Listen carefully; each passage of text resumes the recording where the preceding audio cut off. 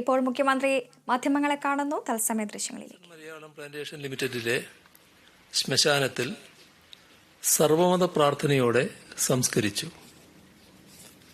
വയനാട്ടിൽ നിന്നും 150 നിലമ്പൂരിൽ നിന്നും 76 മൃതദേഹങ്ങളാണ് ഇതേവരെ രക്ഷാപ്രവർത്തകർ കണ്ടെടുത്തത്.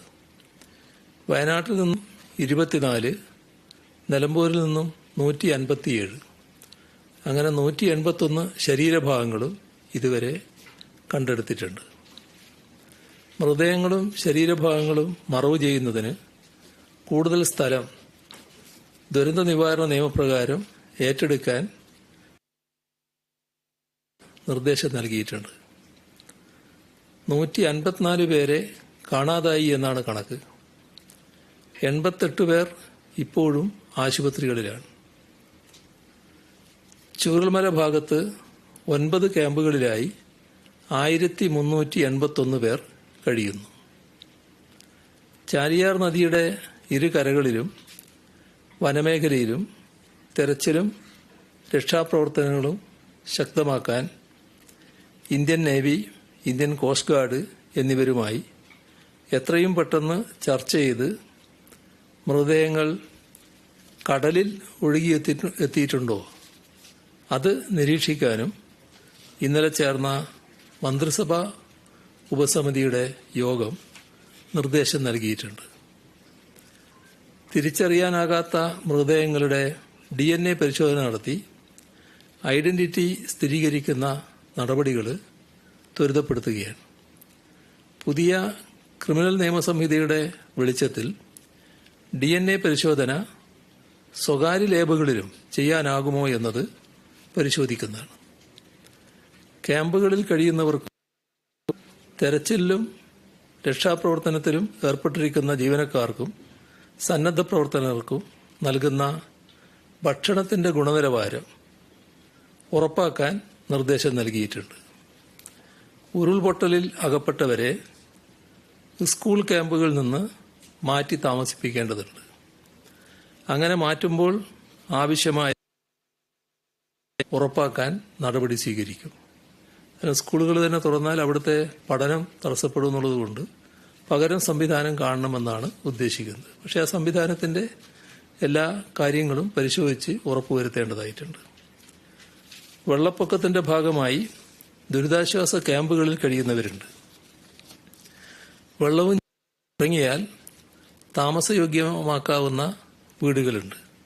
അങ്ങനെ സുരക്ഷിതമായ വീടുകളിലെ ആളുകളെ വെള്ളമിറങ്ങിയാൽ ശുചീകരണത്തിന് ശേഷം വീടുകളിലേക്ക് മടങ്ങാൻ സൗകര്യമൊരുക്കും. അത് ജില്ലയിലുള്ള മറ്റ് ക്യാമ്പുകളെക്കുറിച്ചാണ് ഈ പറയുന്നത്. ഈ ചൂരൽമലയിലെ ക്യാമ്പിനെ കുറിച്ചല്ല.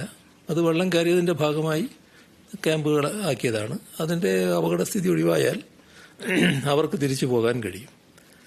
ദുരന്തബാധിത മേഖലകളിലെ വീടുകളിൽ നിന്ന് വിലപിടിപ്പുള്ള വസ്തുക്കൾ സുരക്ഷിതമായി വീണ്ടെടുക്കാൻ പോലീസിന്റെ സാന്നിധ്യത്തിൽ ഇതിന് അവസരം ഒരുക്കും. ഗുരുതരമായ കേടുപാടുകൾ സംഭവിച്ച തകർന്നു വീഴാൻ സാധ്യതയുള്ള കെട്ടിടങ്ങൾ അവിടെ കണ്ടെത്തിയിട്ടുണ്ട്. തകർന്നിട്ടില്ല, പക്ഷേ വീഴാനിടയുണ്ട്. ദുരന്ത നിവാരണ നിയമം 2005 പ്രകാരം ഉടമകളുടെ സമ്മതമില്ലാതെ തന്നെ ഇത്തരം കെട്ടിടങ്ങൾ പൊളിച്ചു മാറ്റാൻ സാധ്യമാണോ എന്നത് പരിശോധിക്കും. വളരെ അപകടകരമായിട്ടുള്ള അത്തരം കെട്ടിടങ്ങൾ പൊളിച്ചു മാറ്റുന്നതിന് ഈ നിയമവശം കൂടി പരിശോധിക്കുന്നതായിരിക്കും.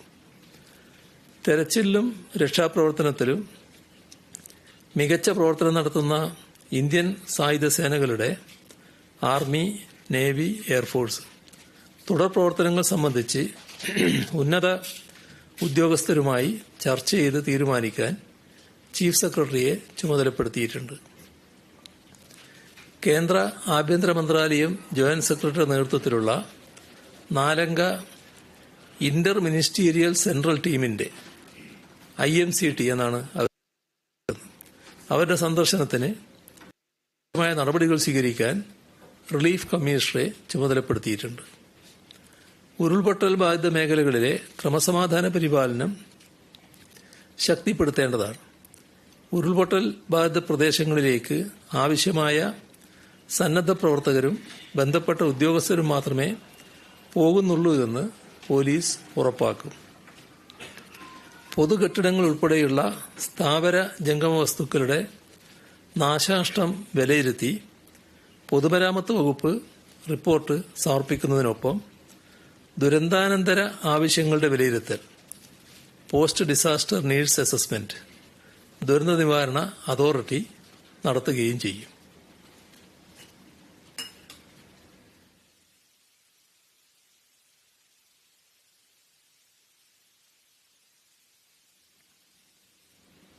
ചൂരൽമല, മുണ്ടക്കൈ, പുഞ്ചിരിമട്ടം എന്നിവിടങ്ങളിൽ 6 സെക്ടറുകളായി തിരിച്ചുള്ള തെരച്ചിലിൽ വിവിധ സേനകളിൽ നിന്നായി 1174 പേരെയാണ് വിന്യസിച്ചിട്ടുള്ളത്. 84 ഹിറ്റാച്ചികൾ, 5 JCBകൾ തെരച്ചിലിന് ഉപയോഗിക്കുന്നുണ്ട്. 112 ടീമുകളായി 913 വളണ്ടിയർമാരും പ്രദേശവാസികളും സേനാംഗങ്ങളോടൊപ്പം ചേർന്നിട്ടുണ്ട്. പോലീസ്, കരസേന, തമിഴ്നാട് അഗ്നിരക്ഷാ സേന എന്നിവയുടെ ഡോഗ് സ്ക്വാഡ് തെരച്ചിലിന് രംഗത്തുണ്ട്. മേപ്പാടി ഗ്രാമപഞ്ചായത്തിലെ ഉരുൾപൊട്ടൽ നേരിട്ട് ബാധിച്ച 10, 11, 12 വാർഡുകളെ ദുരന്തബാധിത പ്രദേശങ്ങളായി പ്രഖ്യാപിച്ചു. ഇവിടെ തൊഴിലുറപ്പ് പദ്ധതിയിലൂടെ 180 തൊഴിൽ ദിനങ്ങൾ ലഭ്യമാക്കാനുള്ള നടപടികൾ സ്വീകരിക്കുന്നതാണ്. തകർന്ന കെട്ടിടങ്ങളുടെ നഷ്ടപരിഹാരം കണക്കാക്കുന്നതിന് പൊതുമരാമത്ത് വകുപ്പ് പരിശോധന നടത്തുന്നുണ്ട്. പൊളിച്ചു മാറ്റേണ്ട കെട്ടിടങ്ങളുടെ വിവരങ്ങൾ വിദഗ്ധർ പരിശോധിച്ച് തീരുമാനിക്കും. ദുരിതാശ്വാസ ക്യാമ്പുകളിലും തെരച്ചിൽ മേഖലയിലും ഭക്ഷണം, കുടിവെള്ളം എന്നിവയുടെ വിതരണം കാര്യക്ഷമമായാണ് നടക്കുന്നത്. ഭക്ഷ്യസുരക്ഷ ഉറപ്പാക്കി പരിശോധനകൾ പൂർത്തിയാക്കിയാണ് ഭക്ഷണ വിതരണം.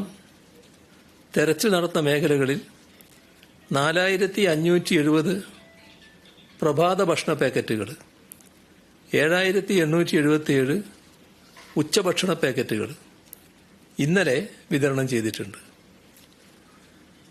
ഉരുൾപൊട്ടലിൽ നശിച്ച പ്രദേശത്തെ 2 റേഷൻ കടകളുടെ പ്രവർത്തനം തന്നെ ആരംഭിച്ചു. ആവശ്യമായ സാധനങ്ങൾ എത്തിക്കാൻ മൊബൈൽ മാവേലി സ്റ്റോറുകളും സഞ്ചരിക്കുന്നുണ്ട്.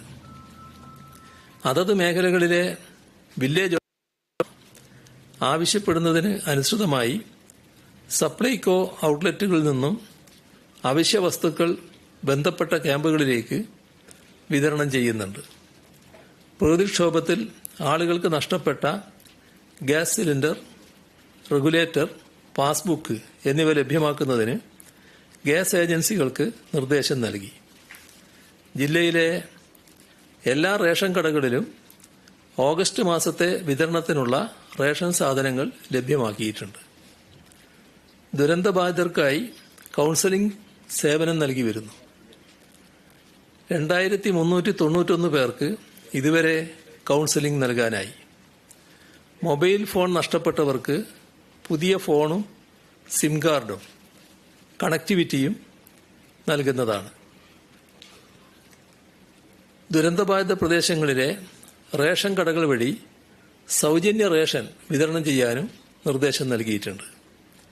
മുണ്ടക്കൈ, ചൂരൽമല ദുരന്തബാധിത മേഖലയിൽ 24 മണിക്കൂറും മൊബൈൽ പോലീസ് പെട്രോളിംഗും ശക്തിപ്പെടുത്തി. നഷ്ടമായ രേഖകളുടെ വിവരശേഖരണം നടന്നുവരുന്നു. രേഖകൾ എത്രയും വേഗം ലഭ്യമാക്കുന്നതിന് നടപടികൾ സ്വീകരിക്കും. ഇതിനായി അക്ഷയ, IT മിഷൻ, പഞ്ചായത്തുകൾ എന്നിവയെ ഏകോപിപ്പിച്ച് പ്രത്യേക സംവിധാനമൊരുക്കും. സർട്ടിഫിക്കറ്റുകളുടെ വീണ്ടെടുപ്പ് സുഗമമാക്കുന്നതിന് ക്യാമ്പുകൾ സംഘടിപ്പിക്കാനും ആലോചിക്കുന്നു. ദുരിതാശ്വാസ ക്യാമ്പുകളിൽ കഴിയുന്ന കുട്ടികളുടെ മാനസിക സംഘർഷം കുറക്കാൻ ജില്ലാ ശിശു സംരക്ഷണ യൂണിറ്റിന്റെ നേതൃത്വത്തിൽ കുട്ടിയിടം ഇത്തരമൊരു പദ്ധതി നടപ്പാക്കിയിട്ടുണ്ട്. കുട്ടികളുടെ ക്രിയാത്മകമായ പ്രവർത്തനങ്ങളിൽ കുട്ടികളെ വ്യാപൃതരാക്കി മാനസിക സംഘർഷം കുറക്കുക എന്നതാണ് ഈ പദ്ധതി കൊണ്ട് ലക്ഷ്യമിടുന്നത്.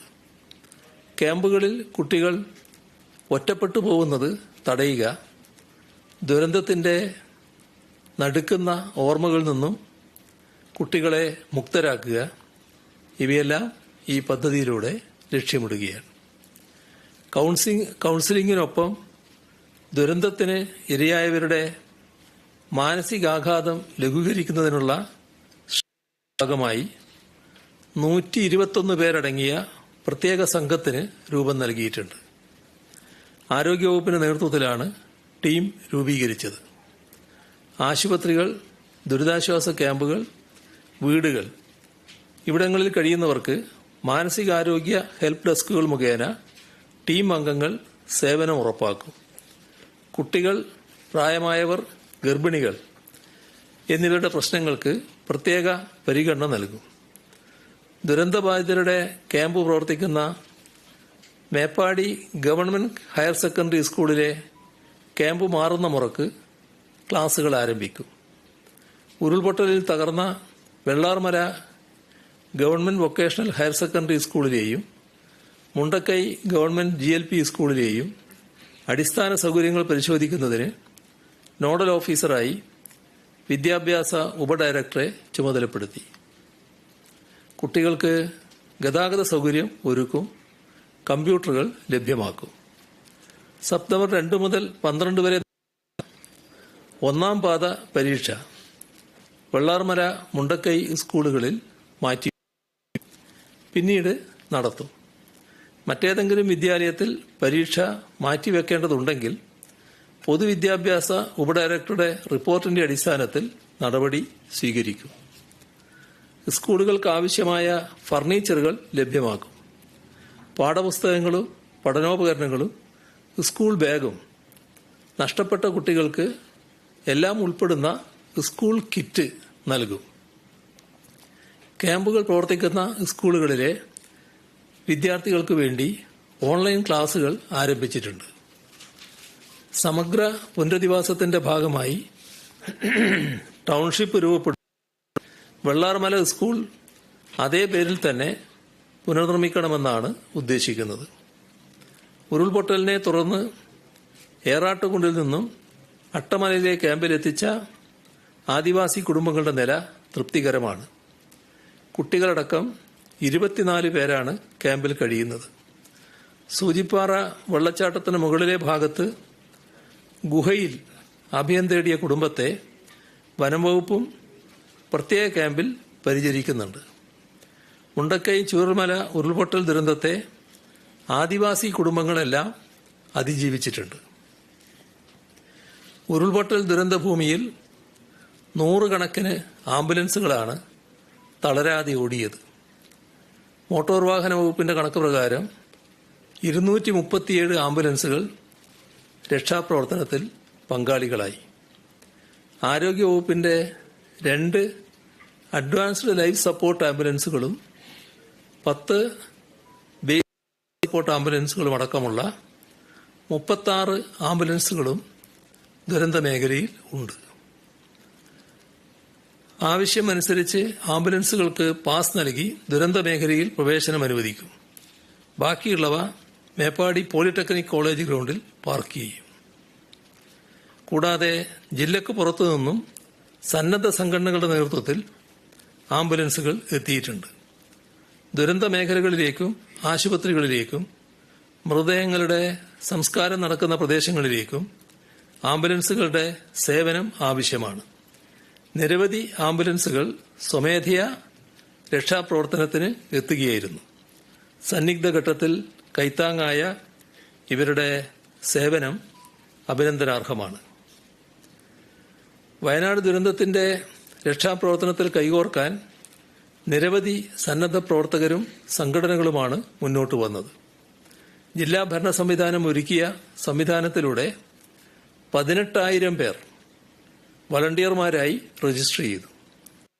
ഇതിൽ 5,400 പേർ വയനാട് ജില്ലയിൽ നിന്ന് മാത്രമുള്ളവരാണ്. ഓരോ ദിവസവും ആവശ്യാനുസരണം വോളണ്ടിയേഴ്സിനെ ദൗത്യസേനയുടെ നിർദ്ദേശപ്രകാരം ദുരന്ത മേഖലകളിൽ എത്തിക്കും.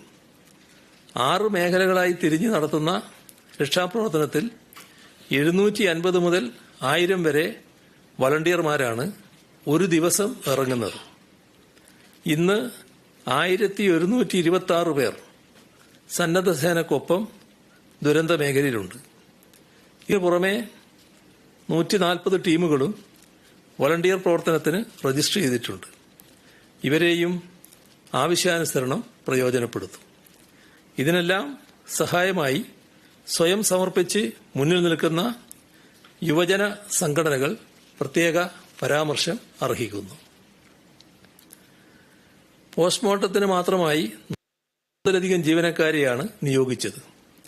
കോട്ടയം, ആലപ്പുഴ, കോഴിക്കോട്, കണ്ണൂർ ഉൾപ്പെടെ വിവിധ മെഡിക്കൽ കോളേജുകളിൽ നിന്നും വയനാട്ടിലെ വിവിധ ആശുപത്രികളിൽ നിന്നും ജീവനക്കാരുണ്ട്. ഡോക്ടർമാർ, നഴ്സുമാർ, നഴ്സിംഗ് അസിസ്റ്റന്റുമാർ, ഹെഡ് നഴ്സ്, ക്ലീനിംഗ് സ്റ്റാഫ് ഉൾപ്പെടെ ആദ്യ ദിവസങ്ങളിൽ 3 ഇപ്പോൾ 2 ഷിഫ്റ്റുകളിലായി പ്രവർത്തിക്കുന്നു. ഇന്ന് 60 ജീവനക്കാരാണ് പോസ്റ്റ്മോർട്ടം നടപടികളിൽ ഉള്ളത്. രക്ഷാപ്രവർത്തനത്തോടൊപ്പം ഇവരുടെ സേവനവും വിലമതിക്കാനാവാത്തതാണ്. ക്രമസമാധാന ചുമതലയുള്ള ADGP ദുരന്തം നടന്ന അന്നു മുതൽ വയനാട്ടിലുണ്ട്. രക്ഷാപ്രവർത്തനങ്ങൾ ഏകോപിപ്പിക്കാൻ അദ്ദേഹം അവിടെ ക്യാമ്പ് ചെയ്ത് നേരിട്ട് ഇടപെടുകയാണ്. മുണ്ടക്കൈ, ചൂരൽമല പ്രദേശങ്ങളിൽ താമസിക്കുന്ന അതിഥി തൊഴിലാളികൾ സുരക്ഷിതരാണ്. ഉരുൾപൊട്ടലിൽ 3 അതിഥി തൊഴിലാളികളെ കാണാതാവുകയും ഒരാൾ മരണപ്പെടുകയും ചെയ്തു. ഒരാൾ മേപ്പാടിയിലെ സ്വകാര്യ ആശുപത്രിയിൽ ചികിത്സയിലുണ്ട്. ഈ മേഖലയിൽ നിന്നും 406 പേരെയാണ് ജില്ലയിൽ പ്രവർത്തിക്കുന്ന വിവിധ ക്യാമ്പുകളിലേക്ക് മാറ്റി താമസിപ്പിച്ചത്. ആസാം, മധ്യപ്രദേശ്, ബീഹാർ, ഹിമാചൽ പ്രദേശ്, ജാർഖണ്ഡ്, കർണാടക, രാജസ്ഥാൻ, തമിഴ്നാട്, ഉത്തർപ്രദേശ്, പശ്ചിമ ബംഗാൾ ഈ സംസ്ഥാനങ്ങളിൽ നിന്നെത്തിയ ഇവർ Harrison Malayalam limited, Ranimala estate തുടങ്ങിയ ഇടങ്ങളിൽ ജോലി ചെയ്യുന്നവരും കുടുംബാംഗങ്ങളും. ഹാരിസൺ മലയാളം ലിമിറ്റഡിന് കീഴിൽ 321 പേര്, വാണിമല എസ്റ്റേറ്റ് മേഖലയിൽ 28 തൊഴിലാളികൾ. ഇതാണ് ഉള്ളത്. ക്യാമ്പുകളിലുള്ള അതിഥി തൊഴിലാളികൾക്ക് ജില്ലാ ഭരണ സംവിധാനം കൌൺസിലിംഗും ഉറപ്പാക്കുന്നുണ്ട്. തോട്ടം തൊഴിലാളികൾക്കും അതിഥി തൊഴിലാളികൾക്കും ലേബർ ബോർഡ് സാമ്പത്തിക സഹായം നൽകും. അതിഥി തൊഴിലാളികൾക്ക് ചികിത്സാ ധനസഹായം ലഭ്യമാക്കും. മന്ത്രിസഭാ ഉപസമിതി വയനാട്ടിൽ ക്യാമ്പ് ചെയ്ത് പ്രവർത്തനങ്ങൾ ഏകോപിപ്പിച്ചു വരികയാണ്. മന്ത്രിമാരായ K Rajan, AK Saseendran, PA Muhammad Riyas സമിതി അംഗങ്ങൾ. മറ്റു മന്ത്രിമാരും വയനാട്ടിലെത്തി ബന്ധപ്പെട്ട മേഖലകളിലെ പ്രശ്നങ്ങൾ വിലയിരുത്തുന്നുണ്ട്. മേപ്പാടി പഞ്ചായത്തിലെ 10, 11, 12 വാർഡുകളിൽ യുടെ Chooralmala exchange, Chooralmala tower, Mundakkai KK Nair Ambedkar colony, Attamala pump എന്നീ ട്രാൻസ്ഫോമറുകളിൽ ഉൾപ്പെടുന്ന ഉപഭോക്താക്കളിൽ നിന്നും അടുത്ത 6 മാസം സൗജന്യമായി വൈദ്യുതി വിതരണം ചെയ്യാൻ നിർദ്ദേശം നൽകിയിട്ടുണ്ട്. ഈ ഉപയോക്താക്കൾക്ക് നിലവിൽ വൈദ്യുതി ചാർജ് കുടിശ്ശിക ഉണ്ടെങ്കിൽ അത് ഈടാക്കാൻ നടപടി സ്വീകരിക്കരുതെന്നും നിർദ്ദേശം നൽകിയിട്ടുണ്ട്. വയനാട്ടിലെ ഉരുൾപൊട്ടൽ ഉണ്ടായ ജൂലൈ 30 മുതൽ മുഖ്യമന്ത്രിയുടെ ദുരിതാശ്വാസ നിധിയിലേക്ക് വരുന്ന ഓരോ തുകയും വയനാടിന്റെ ദുരിതാശ്വാസ പ്രവർത്തനങ്ങൾക്കായി ഉപയോഗിക്കുമെന്ന് നേരത്തെ വ്യക്തമാക്കിയിരുന്നു.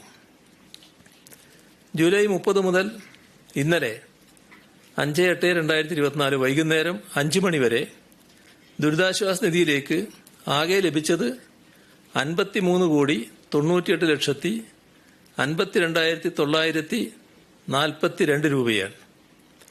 പോർട്ടൽ വഴിയും UPI വഴിയും ലഭ്യമാകുന്ന തുകയുടെ വിവരങ്ങളാണ് CMDRF വെബ്സൈറ്റിൽ നൽകിയിട്ടുള്ളത്. അതിൽ 2018 ആഗസ്റ്റ് മുതൽ ലഭിച്ച തുകയും ജൂലൈ 30 ലഭിച്ച തുകയും ഓരോ ദിവസം ലഭിക്കുന്ന തുകയും പ്രത്യേകമായി രേഖപ്പെടുത്തിയിട്ടുണ്ട്. ചെക്ക്, ഡ്രാഫ്റ്റ്, നേരിട്ട് ലഭിക്കുന്ന തുകയുടെ വിവരങ്ങൾ ഇതെല്ലാം വെബ്സൈറ്റിൽ അപ്ഡേറ്റ് ചെയ്യും. സമാനതകളില്ലാത്ത ഈ ദുരന്തത്തിന്റെ പശ്ചാത്തലത്തിൽ മുഖ്യമന്ത്രിയുടെ ദുരിതാശ്വാസ നിധിയിലേക്ക് സർക്കാർ ജീവനക്കാരും അധ്യാപകരും സംഭാവന നൽകാൻ മുന്നോട്ട് വന്നിട്ടുണ്ട്. ഇത് സംബന്ധിച്ച് സർക്കാർ അഭ്യർത്ഥന പൊതുവെ സ്വീകരിക്കപ്പെട്ടു.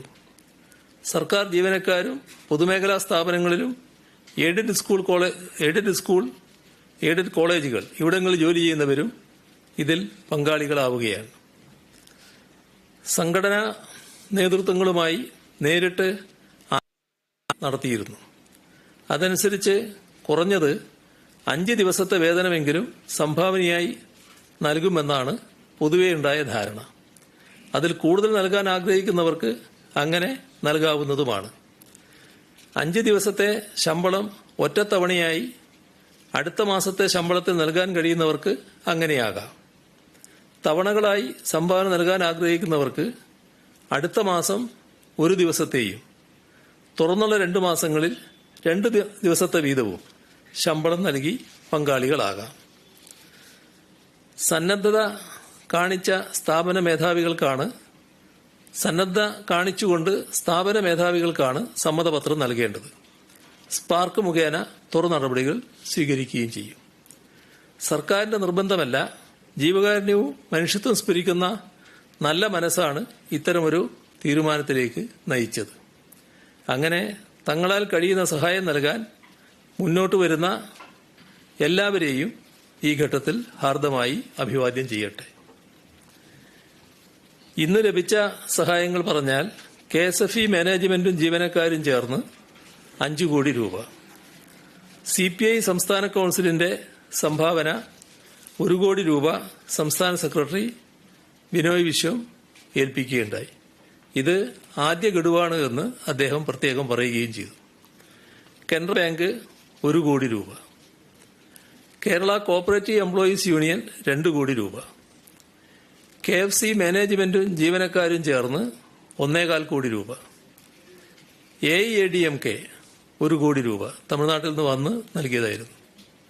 തൃപ്പൂണിത്തുറ മുനിസിപ്പാലിറ്റി 25 ലക്ഷം രൂപ, കേരള ഹൈഡൽ ടൂറിസം സെന്റർ 25 ലക്ഷം, KGOA സംസ്ഥാന കമ്മിറ്റി 10 വീടുകൾ നിർമ്മിച്ചു നൽകും. ചലച്ചിത്ര താരം സൗബിൻ ഷാഹിർ 20 ലക്ഷം രൂപ, Kerala excise and rehabilitation corporation 15 lakh, Cherthala Antony's academy 10 lakh, flour mills India private limited 10 lakh, Sreedaksha property developers limited 10 lakh, Kerala Samskarika Vedi Saudi Arabia 10 ലക്ഷം, നവോദയ സാംസ്കാരിക വേദി സൗദി അറേബ്യ 10 ലക്ഷം, കേരള സംസ്ഥാന power and infrastructure finance corporation limited 15 ലക്ഷം, കടുങ്ങല്ലൂർ സർവീസ് സഹകരണ ബാങ്ക് 10 ലക്ഷം, മൂവാറ്റുപുഴ അർബൻ കോഓപ്പറേറ്റീവ് ബാങ്ക് 10 ലക്ഷം, അനർട്ട് 10 ലക്ഷം, PMS ഡെന്റൽ കോളേജ് 11 ലക്ഷം, Nedumangad municipality 10 ലക്ഷം, ലക്ഷദ്വീപിലെ അധ്യാപകർ 8 ലക്ഷം.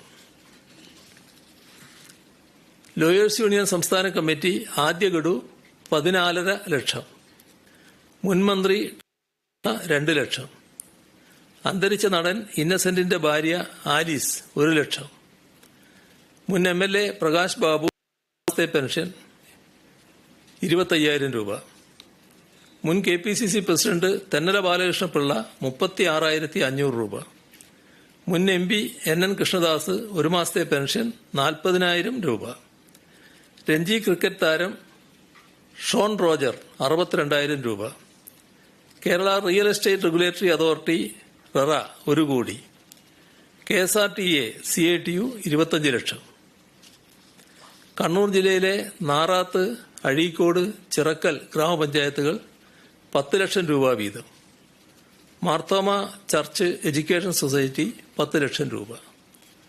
ഇത്രയും വിവരങ്ങളാണ് ഇപ്പോൾ പങ്കുവെക്കാനുള്ളത്.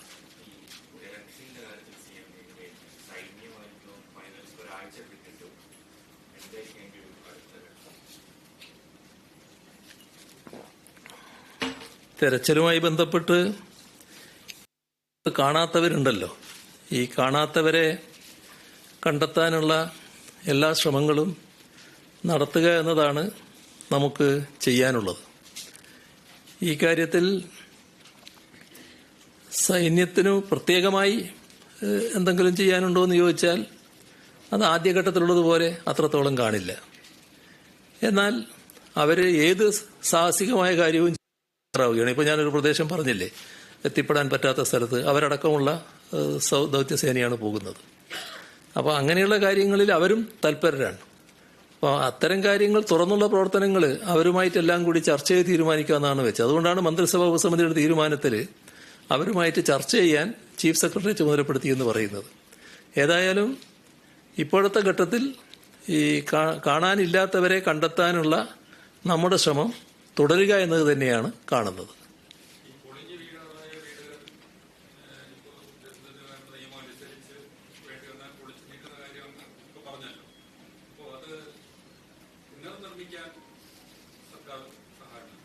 അല്ല, ഇത് ഈ സ്ഥലത്തുള്ളതാണ്.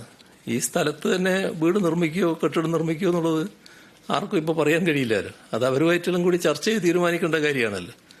അത് ഒരു ചർച്ചയ്ക്ക് വിഷയമാക്കേണ്ട പ്രശ്നമാണ്. അങ്ങോട്ട് തന്നെ പോകാനാണോ ആഗ്രഹിക്കുന്നത്, അല്ല വേറെ സ്ഥലത്താണോ, നമ്മളിപ്പം പ്രഖ്യാപിച്ച ടൗൺഷിപ്പ് ഉണ്ട് അതിന്റെ ഭാഗമാകാനാണോ, അത്തരം കാര്യങ്ങൾ അവരുമായി ചർച്ച ചെയ്ത് തീരുമാനിക്കുന്നതായിരിക്കും നന്നായി. ഇപ്പം നമ്മളൊരു നിലപാട് ഖണ്ഡിതമായി എടുത്തിട്ടില്ല.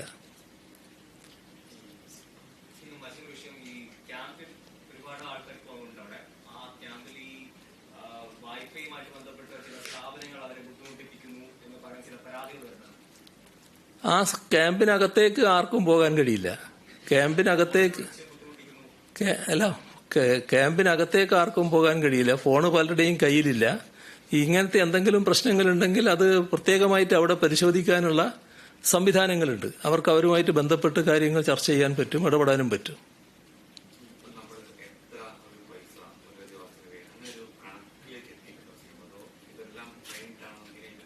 ഇത് കണക്കിലേക്ക് ഇപ്പം നമ്മൾ പോയിട്ടില്ല. പക്ഷേ എത്രയായാലും നമുക്കത് സാധിക്കുന്നതേ ഉള്ളൂ. കാരണം നമ്മുടെ നാടിന്റെ ഒരുമ അതാണ് കാണിക്കുന്നത്. എല്ലാവരും ഇതിന്റെ ഭാഗമാകാൻ അങ്ങേയറ്റത്തെ താല്പര്യമാണ് പ്രകടിപ്പിക്കുന്നത്. വിവിധ വിഭാഗങ്ങൾ ഇതിന്റെ ഭാഗമായി കാര്യങ്ങൾ ചെയ്യാൻ വേണ്ടി സന്നദ്ധ ഇപ്പം തന്നെ അറിയിച്ചിട്ടുണ്ട്. ആ സന്നദ്ധതയെല്ലാം നമ്മൾ അതേപോലെ തന്നെ വിലമതിക്കുകയാണ്. പക്ഷേ നമ്മളൊരു കൃത്യമായ പ്ലാൻ തയ്യാറാക്കും. ആ കൃത്യമായ പ്ലാൻ എന്ന് പറയുന്നത് വലിയ തോതിൽ നമ്മുടെ ഈ ഒരുമയുടെ ഭാഗമായുള്ള ഒരു സംവിധാനം, പുനരധിവാസ സംവിധാനം ഒരുക്കുന്നതായിരിക്കും. അതിനകത്ത് നേരത്തെ ഇന്നലെയോ മറ്റോ ഞാൻ പറയുമ്പോൾ ലോകോത്തര നിലവാരമുള്ള പുനരധിവാസം എന്ന് പറഞ്ഞിരുന്നു. യഥാർത്ഥത്തിൽ അത് അക്ഷരാർത്ഥത്തിൽ തന്നെ ഉദ്ദേശിക്കുകയാണ്. അതിനു പറ്റിയ ആർക്കിടെക്റ്റുകളുമായി അടക്കം ബന്ധപ്പെട്ടുകൊണ്ടുള്ള സംവിധാനം ഒരുക്കും. അതേസമയം എൻവിറോൺമെന്റൽ കാര്യങ്ങളിൽ, പരിസ്ഥിതി മേഖലകളിൽ വലിയ തോതിൽ പ്രാവീണ്യം പ്രകടിപ്പിച്ചിട്ടുള്ള ആർക്കിടെക്റ്റുകളുമുണ്ട്. അത്തരം സഹായം നമ്മൾ ഈ കാര്യത്തിൽ സ്വീകരിക്കും. നമ്മുടെ രാജ്യത്തുമുണ്ട്, രാജ്യത്തിന് പുറത്തും കാണും. അങ്ങനെയുള്ളവരുടെ എല്ലാം സഹായം എടുത്തുകൊണ്ട് നമുക്ക് നമ്മുടെ രാജ്യത്തിന് മുന്നിലും ലോകത്തിനും ഒരു മാതൃകയാക്കാവുന്ന ഒരു പുനരധിവാസ കേന്ദ്രം അത് സൃഷ്ടിക്കുക എന്നുള്ളതാണ് സംസ്ഥാന സർക്കാർ കാണുന്നത്. അക്കാര്യത്തിൽ ഒരു സംശയവുമില്ല, എല്ലാവരും സഹകരിക്കുന്നുണ്ട്. അതുകൊണ്ട് തന്നെ ഇത് യാഥാർത്ഥ്യമാക്കാൻ നമുക്ക് കഴിയും. എത്ര പണമായാലും അതിന് നമുക്ക് വിഷമം വരില്ല എന്നുള്ളത് തന്നെയാണ് എൻ്റെ ചിന്ത.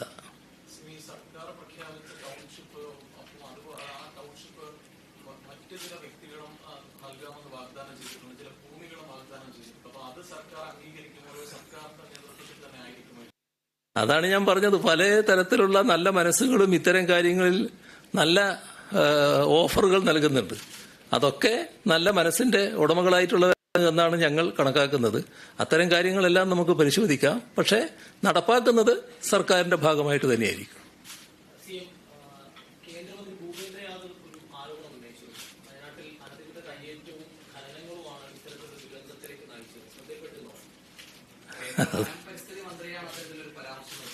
അതെ അതെ, ശ്രദ്ധയിൽപ്പെടാതിരിക്കാൻ പറ്റില്ലല്ലോ.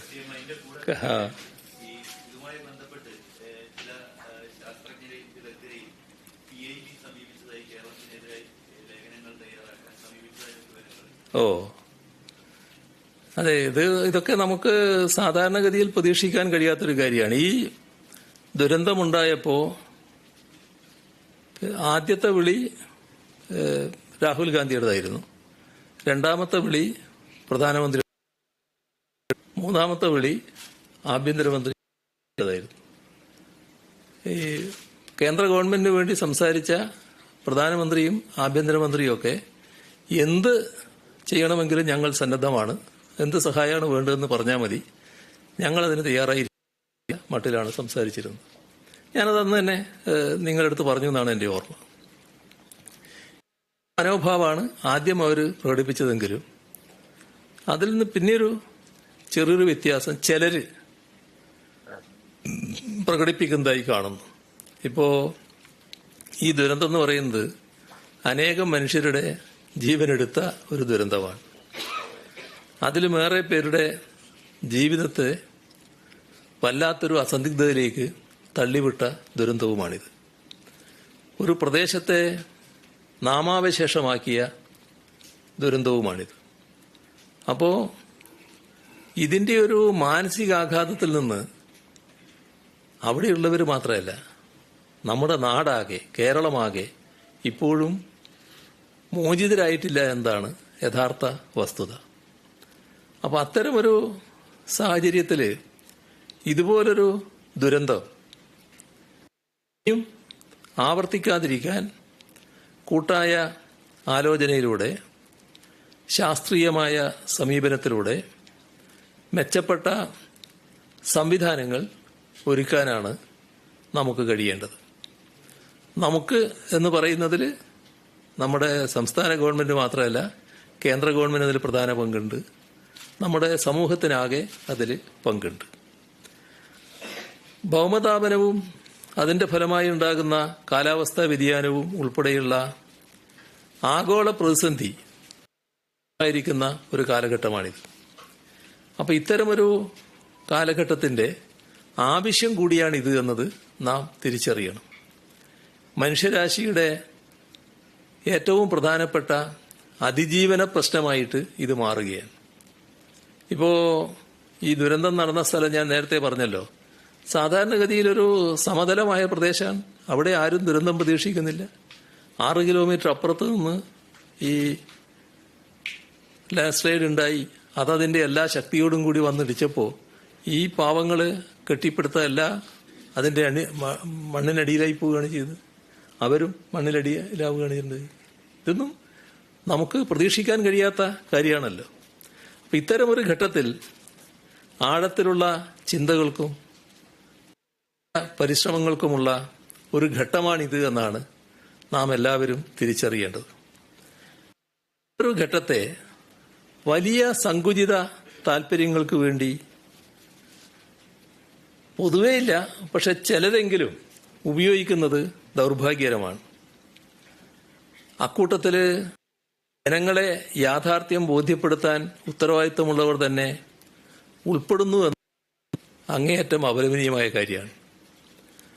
ഇപ്പോൾ ബഹുമാനപ്പെട്ട കേന്ദ്ര വനം പരിസ്ഥിതി വകുപ്പ് മന്ത്രി ഭൂപേന്ദ്ര യാദവിൻ്റെ പ്രസ്താവന നിർഭാഗ്യവശാൽ അത്തരത്തിലുള്ള ഒന്നായിപ്പോയി. പ്രാദേശിക ഭരണ സംവിധാനത്തിൻ്റെ ഒത്താശയോടെ നടക്കുന്ന അനധികൃത മനുഷ്യവാസവും ഭൂമി കയ്യേറ്റവും അനധികൃത ഖനനവും ഒക്കെയാണ് മുണ്ടക്കൈയിലുണ്ടായ ഉരുൾപൊട്ടലിൻ്റെ കാരണമെന്നാണ് അദ്ദേഹം പറഞ്ഞത്. ഇതൊരു ദുരാരോപണമാണ് കേട്ടോ. ഇത്തരമൊരു ദുരാരോപണത്തിലൂടെ ദുരന്തത്തിനിരയായ മനുഷ്യരെ അവമാനിക്കുകയാണ് ചെയ്യുന്നത്. ആ ഹതഭാഗ്യരുടെ ജീവൻ നഷ്ടപ്പെട്ടല്ലോ കുറേ പേരുടെ. അവരെ ഈ രീതിയിൽ അവമാനിക്കാൻ പാടില്ല. അനധികൃത കുടിയേറ്റക്കാർ അത് ഈ ദുരന്തത്തിൽ മണ്ണടിഞ്ഞുപോയ ആ പാവപ്പെട്ടവരാരെങ്കിലും അനധികൃത കുടിയേറ്റക്കാരാണോ? അവിടുത്തെ പാവപ്പെട്ട എസ്റ്റേറ്റ് തൊഴിലാളി അനധികൃത കുടിയേറ്റക്കാരാണോ? ആ ഭൂമി സമ്പാദ്യത്തിന്റെ ഭാഗമായി സമ്പാദിച്ച ചെറിയ തുണ്ട് ഭൂമിയാണ്. അവിടെ ജീവിച്ച അവര് ആരെങ്കിലും അനധികൃത കുടിയേറ്റക്കാരാണോ? ആ പ്രദേശത്തെക്കുറിച്ച്, നമ്മുടെ കേരളത്തിന്റെ മലയോര മേഖലയെക്കുറിച്ച് ചെറിയൊരു ധാരണയെങ്കിലും ഉണ്ടായിരുന്നെങ്കിൽ അവിടെ ജീവിക്കുന്ന മനുഷ്യരെ അനധികൃത കുടിയേറ്റക്കാരായി മുദ്രകുത്താൻ കഴിയുമോ? കേരളത്തിലെ മലയോര മേഖലയിലുള്ള കുടിയേറ്റത്തിന് യഥാർത്ഥത്തിൽ നൂറ്റാണ്ടുകളുടെ പഴക്കമുണ്ട്. ദുഷ്കരമായ സാഹചര്യങ്ങളോട് മല്ലിട്ട് അവർ പടുത്തുയർത്തിയ ജീവിതത്തിനും സംസ്കാരത്തിനും സുദീർഘമായ ചരിത്രവുമുണ്ട്. അതിനെക്കുറിച്ചൊന്നും ഒരു ധാരണയുമില്ലാതെ ഈ മലയോര ജനതയെ ആകെ കുടിയേറ്റക്കാരെന്ന ഒരൊറ്റ അച്ചിൽ ഒതുക്കുന്ന പ്രചരണങ്ങൾക്ക് ഉത്തരവാദപ്പെട്ട കേന്ദ്രമന്ത്രി തയ്യാറാകുന്നത് ഏറ്റവും ചുരുങ്ങിയ രീതിയിൽ പറഞ്ഞാൽ അനധികൃത ഖനനം നടന്നതിനാലാണ് മുണ്ടക്കൈയിൽ ഉരുൾപൊട്ടിയത് എന്നാണ് അദ്ദേഹത്തിന്റെ വിചിത്രമായ വാദം. പക്ഷേ നാം കാണേണ്ട ഒരു വസ്തുത, ഈ മുണ്ടക്കൈ ലാൻഡ് സ്ലൈഡ് ഏരിയയിൽ നിന്നും ഏറ്റവും അടുത്ത കോറിയിലേക്കുള്ള ദൂരം 10.2 കിലോമീറ്ററാണ്. ഇതാണ് സത്യമെന്നിരിക്കെ ഇതിനാണ് കേന്ദ്രമന്ത്രി തെറ്റായ കാര്യങ്ങൾ അവതരിപ്പിക്കുന്നത്. വയനാട് ദുരന്തത്തിൽ ഇവിടെ പറഞ്ഞു, കേരളത്തിനെതിരെ എഴുതാൻ ശാസ്ത്രജ്ഞരെ കേന്ദ്ര സർക്കാർ എന്ന വാർത്ത, അത് നിങ്ങളുടെ ശ്രദ്ധയിലും പെട്ടു എന്താണല്ലോ ഈ ചോദ്യത്തിന് ആധാരമായി വന്നത്.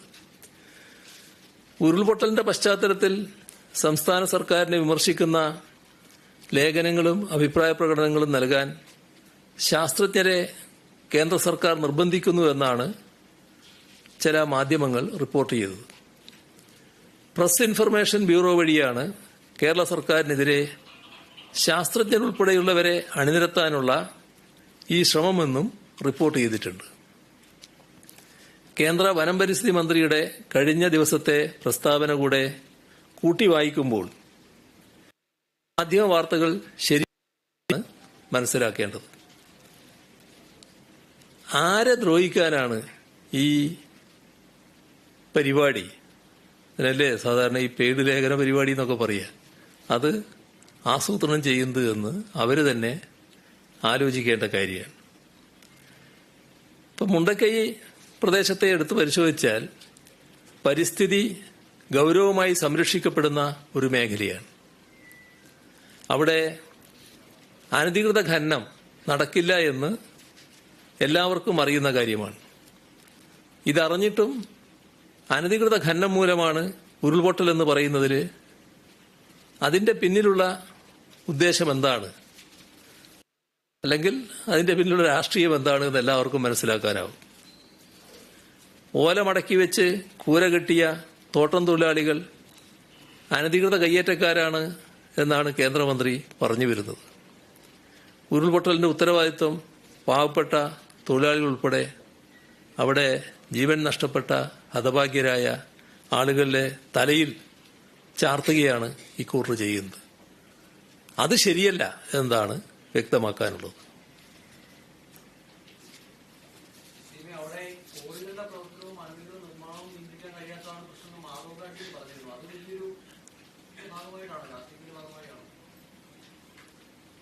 ഞാൻ പറഞ്ഞല്ലോ കാര്യങ്ങൾ, അവിടുത്തെ വസ്തുത ഞാൻ പറഞ്ഞല്ലോ, മുണ്ടക്കൈയെ പറ്റി ഞാൻ പറഞ്ഞല്ലോ, മുണ്ടക്കൈ പ്രദേശത്തിന്റെ കോറിയുടെ കാര്യം ഞാൻ പറഞ്ഞല്ലോ, ആ മുണ്ടക്കൈയിലെ പരിസ്ഥിതി ആഘാതത്തിന്റെ കാര്യം ഞാൻ പറഞ്ഞല്ലോ. അതിൽ നിന്ന് വ്യത്യസ്തമായ വസ്തുത എന്തെങ്കിലും നിങ്ങൾ എടുത്തിട്ടുണ്ടെങ്കിൽ അത് പറയാം. അതല്ലാലോ നിങ്ങൾ പറയുന്നത്.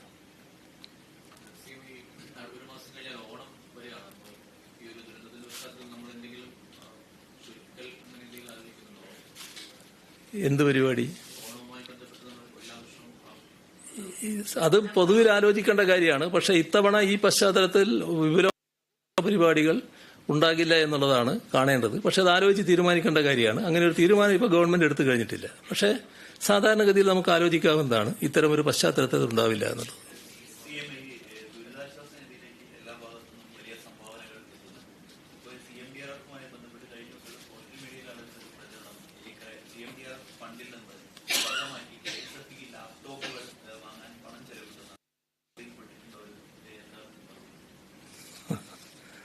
CMDRFനെ പറ്റി ചില തെറ്റായ വാർത്തകൾ വരുന്നുണ്ടെന്നുള്ളത് ശരിയാണ്.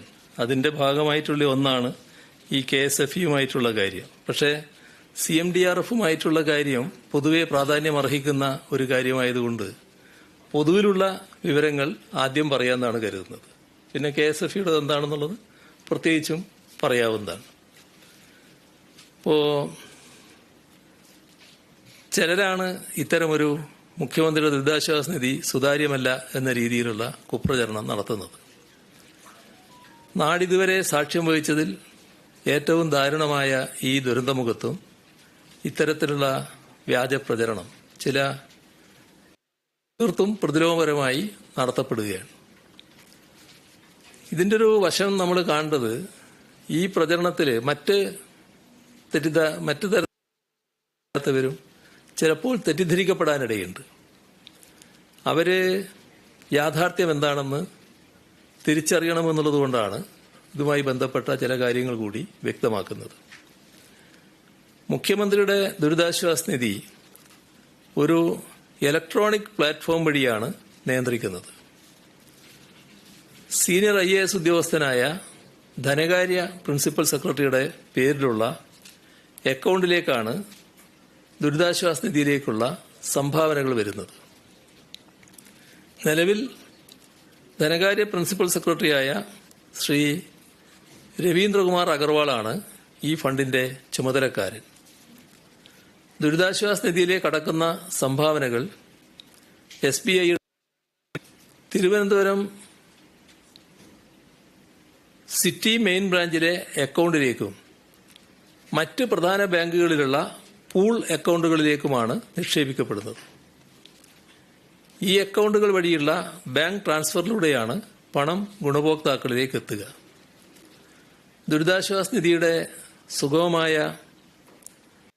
ഓൺലൈൻ പോർട്ടലിന്റെ സുഗമമായ നടത്തിപ്പിനാണ് പൂൾ അക്കൗണ്ടുകൾ സൃഷ്ടിച്ചത്. ധനകാര്യ സെക്രട്ടറിയുടെ അറിവും സീലുമില്ലാതെ ദുരിതാശ്വാസ നിധിയിൽ നിന്നും ഫണ്ട് ഉപയോഗിക്കാൻ സാധിക്കില്ല. ഇതിന്റെ വേറൊരു ഭാഗം, ദുരിതാശ്വാസ നിധിയുടെ അഡ്മിനിസ്ട്രേഷൻ നിർവഹിക്കുന്നത് റവന്യൂ വകുപ്പാണ്. അതായത് ധനകാര്യ സെക്രട്ടറി മാത്രമല്ല, ധനകാര്യ സെക്രട്ടറിക്ക് മാത്രമായിട്ട് ദുരിതാശ്വാസ നിധിയിൽ നിന്ന് പണം പിൻവലിക്കാനോ നിക്ഷേപിക്കാനോ സാധിക്കില്ല. ഈ അക്കൗണ്ടുകൾ വഴിയുള്ള ധനകാര്യ കൈമാറ്റം റവന്യൂ വകുപ്പ് പ്രിൻസിപ്പൽ സെക്രട്ടറിയുടെ നിർദ്ദേശപ്രകാരമേ സാധിക്കുകയുള്ളൂ. ഇതിനകത്ത് വ്യക്തമായ വ്യവസ്ഥകൾ നേരത്തെ ഏർപ്പെടുത്തിയിട്ടുണ്ട്.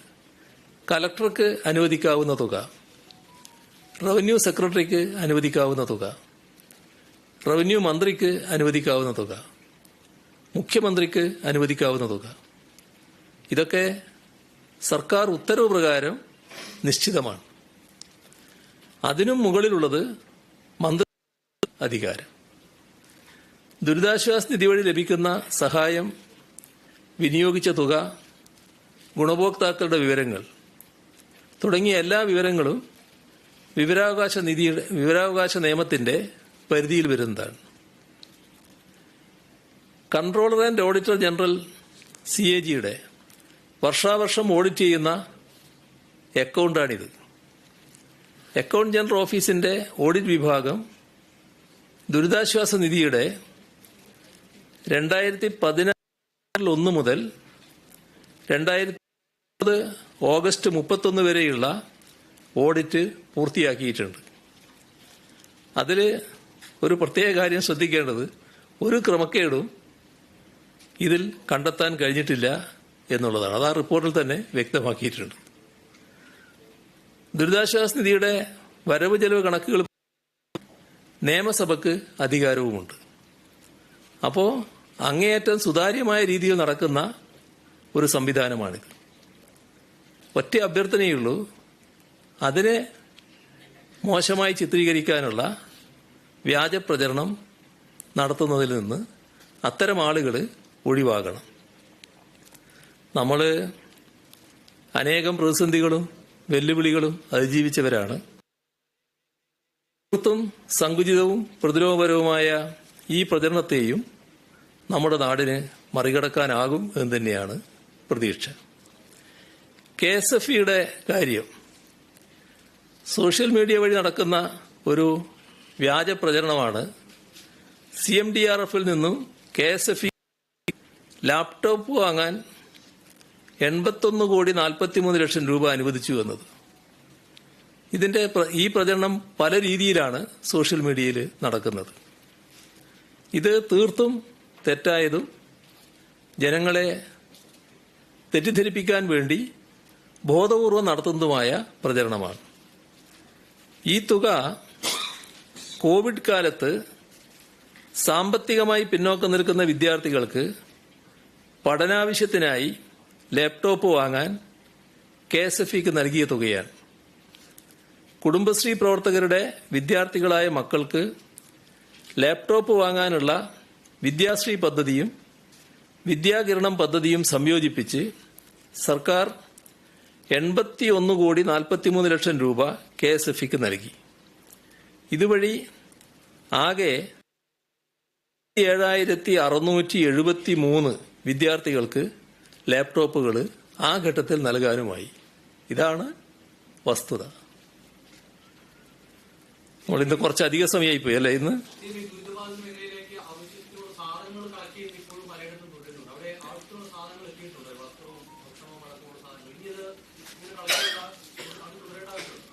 അത് നേരത്തെ പറഞ്ഞിട്ടുള്ളതാണ്. അത് അങ്ങനെ ആരും ചെയ്യേണ്ടതില്ല എന്ന് നേരത്തെ പരസ്യമായിട്ട് എന്നെ അഭ്യർത്ഥിച്ചതാണ്. നിങ്ങളുടെ മുന്നിൽ തന്നെ ഞാൻ പറഞ്ഞിട്ടുള്ളതാണ്.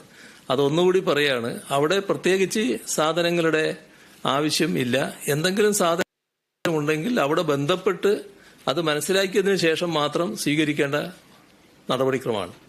അതുകൊണ്ട് ഇത്തരം കാര്യങ്ങളിൽ നിന്ന് ആളുകൾ പിന്തിരിയുന്നതാണ് നല്ലത്. അത് ദുർവ്യയമായി പോകും, അനാവശ്യമായി പോകും. ഈ ശേഖരിച്ച കാര്യങ്ങൾക്ക് ഒരു ഉപകാരവും ഇല്ലാതെ വരും. അത്തരമൊരു അവസ്ഥ അവരും ആഗ്രഹിക്കുന്നുണ്ടാവില്ല. അത് ഒഴിവാകുന്നതാണ് നല്ലത്.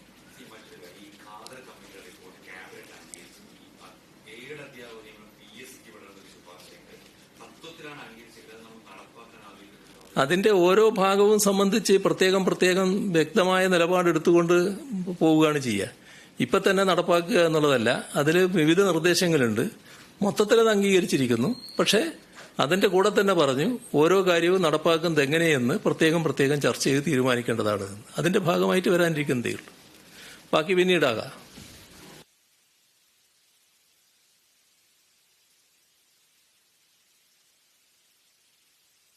മുണ്ടക്കൈ ദുരന്തത്തിൽ ഊർജിതമായ തിരച്ചിലും നിരീക്ഷണവും ഇന്നും നടക്കും. മൃതദേഹം മറവ് ചെയ്യാൻ കൂടുതൽ സ്ഥലം ഏറ്റെടുക്കാൻ വയനാട് കളക്ടറെ ചുമതലപ്പെടുത്തി. മൃതദേഹങ്ങൾ കടലിൽ ഒഴുകി എത്തിയോ എന്നുള്ള കാര്യങ്ങളും പരിശോധിക്കും. DNA പരിശോധന നടത്താൻ സ്വകാര്യ ലാബുകളിൽ സാധിക്കുമോ എന്നും പരിശോധിക്കും. സ്കൂളുകളിൽ താമസിക്കുന്നവർക്ക് മറ്റ് സംവിധാനങ്ങൾ ഏർപ്പാടാക്കും. അപകടകരമായ കെട്ടിടങ്ങൾ പൊളിച്ചു മാറ്റുന്നതിലെ നിയമവശങ്ങൾ കൂടുതൽ പരിശോധിക്കും.